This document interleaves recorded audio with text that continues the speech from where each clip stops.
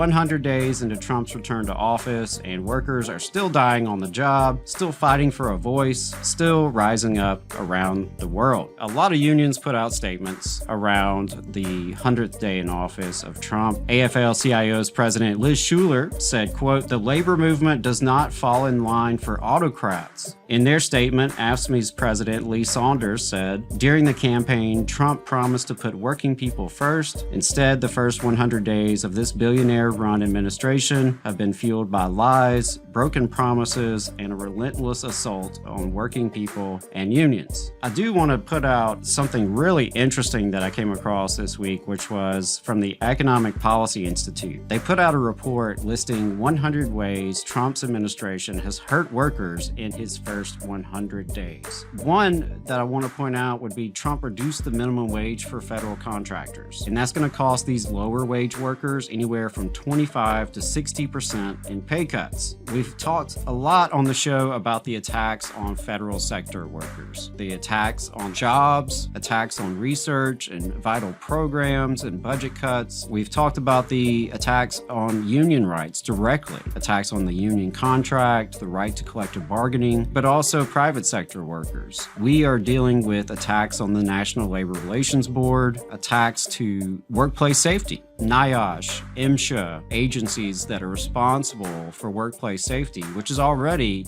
inadequate as it is. Of course, there's attacks on immigrant workers. We've seen the attempted illegal federal funding freeze. We've seen healthcare put at risk. Anti-discrimination protections under attack. Regardless of where you are coming from on this issue, these are real things that have happened. Those of you who support the Trump administration, we'd love to hear the response, because from where I'm standing, I see a lot of attacks on working people in all of our diversity.